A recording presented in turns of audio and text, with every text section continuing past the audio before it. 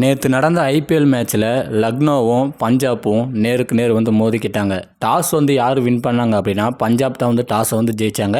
இந்த சீசனை பொறுத்த வரைக்கும் பெரும்பாலான டீம்ஸ் வந்து என்ன பண்ணுறாங்க அப்படின்னா டாஸை வந்து ஜெயித்தாங்க அப்படின்னா அவங்க வந்து ஃபீல்டிங்கை தான் வந்து சூஸ் பண்ணுறாங்க. ஸோ அதன் அடிப்படையில் நேற்று வந்து பஞ்சாப்பும் நீ முன்னாடி ஆடுறா தம்பி, நான் பின்னாடி வந்து வெளுத்து கட்டுறா அப்படின்னு சொல்லிட்டு பஞ்சாப் வந்து லக்னோவை வந்து ஃபஸ்ட்டு ஆடப்பட்டாங்க. பெரும்பாலான ட்ரீம் 11 டீம் போடக்கூடிய ஆட்கள்லாம் வந்து யாரை வந்து கேப்டனாக வந்து போடுவாங்க அப்படின்னா இப்போ இருக்கக்கூடிய அந்த கீ பிளேயர்ஸ் அப்படின்னு பார்க்கும்போது மிச்சல் மார்ஸ் வந்து போடுவாங்க, போரானை வந்து போடுவாங்க, பண்ட்டை வந்து போடுவாங்க. ஸோ இந்த மாதிரி தான் வந்து ஒரு வேல்யூவான ஒரு பிளேயர் வந்து போடுவாங்க. போட்டோம் அப்படின்னா போட்ட காசு வந்து வந்துடும் அப்படின்னு சொல்லிட்டு நம்பிக்கை வந்து போடுவாங்க. அந்த மாதிரி தான் நேற்று நம்பிக்கையாக போட்ட ஆளுங்க எல்லாத்துக்குமே பார்த்தீங்கன்னா பட்டநாமம் தான் வந்து சாத்தப்பட்டிருக்கு.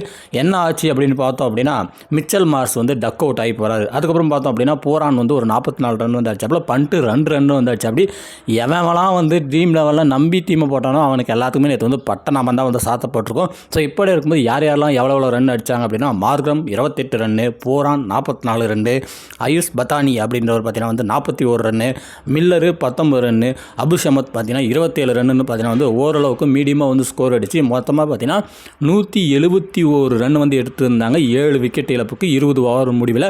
ஸோ இந்த இடத்துல அதிகமான விக்கெட் வந்து யார் எடுத்தாங்க அப்படின்னா ஹர்தீப் சிங் பார்த்தீங்கன்னா 3 விக்கெட் வந்து எடுத்திருந்தார். ஸோ நேற்று வந்து லக்னோ வந்து இந்த அளவுக்கு அடி வாங்குறதுக்கு காரணமே யார் அப்படின்னு பார்த்தோம் அப்படின்னா ஹர்தீப் சிங் தான். ஹர்தீப் சிங் வந்து பயங்கரமான ஓவர் போட்டதுனால 3 விக்கெட்டை வந்து எடுத்தார். மற்றபடி மற்ற பவுலர்ஸ் எல்லாருமே வந்து 1 தூக்கினதுனால அங்கே பார்த்தீங்கன்னா ஒட்டுமொத்த டீம் வந்து காலியாக இருக்குது. ஸோ இப்படி இருக்கும்போது அடுத்து பார்த்தீங்கன்னா பஞ்சாப் வந்து களத்தில் வந்து இறங்குறாங்க.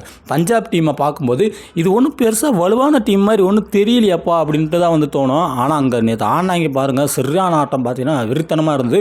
ஸ்ரேயஸ் ஐயர் மட்டும் தான் வந்து ஓரளவுக்கு வந்து அடிப்பார். மற்றவெல்லாம் வந்து தெரிஞ்சு முகமாதிரியே தெரியல. இவங்கெல்லாம் வந்து எங்கடா அடிக்க போகிறாங்கன்னு சொல்லிட்டு தான் நானே வந்து வியந்து பார்த்தேன். ஆனால் அங்கே பார்த்தீங்கன்னா வந்து வச்சு சீன்னு சிந்துறாங்க. பிரபு சிம்ஹான் அப்படின்றவர் பார்த்தீங்கன்னா 69 ரன் வந்து எடுத்திருந்தார். எத்தனை பாலுக்கு அப்படின்னா 34 பாலுக்கு 69 ரன் வந்து எடுத்திருந்தாப்புல. ஸ்ரேயஸ் ஐயர் பார்த்தீங்கன்னா வந்து 50 வந்து போட்டாப்புல, 52 ரன் வந்து எடுத்திருந்தாப்புல. அதே மாதிரி நஹில் வஹாரா அப்படின்றவர் பார்த்தீங்கன்னா 43 ரன். மொத்தமே 3 பேர் தான் வந்து விளையாடினாங்க. 3 பேர் வந்து சிறப்பான ஒரு இன்னிங்ஸை வந்து கொடுத்து மேட்சை பார்த்தீங்கன்னா வெற்றி பாதைக்கு வந்து கொண்டு போயிட்டு நேற்று வந்து பஞ்சாப் வந்து ஜெயிச்சிட்டாங்க.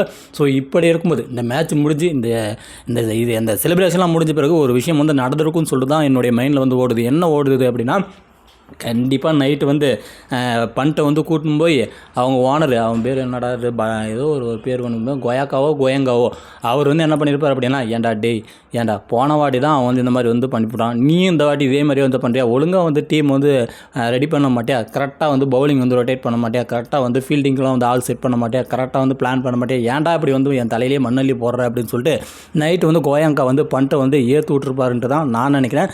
நீங்கள் என்ன நினைக்கிறீங்க அப்படின்றத மறக்காமல் கமெண்ட் பண்ணுங்கள்.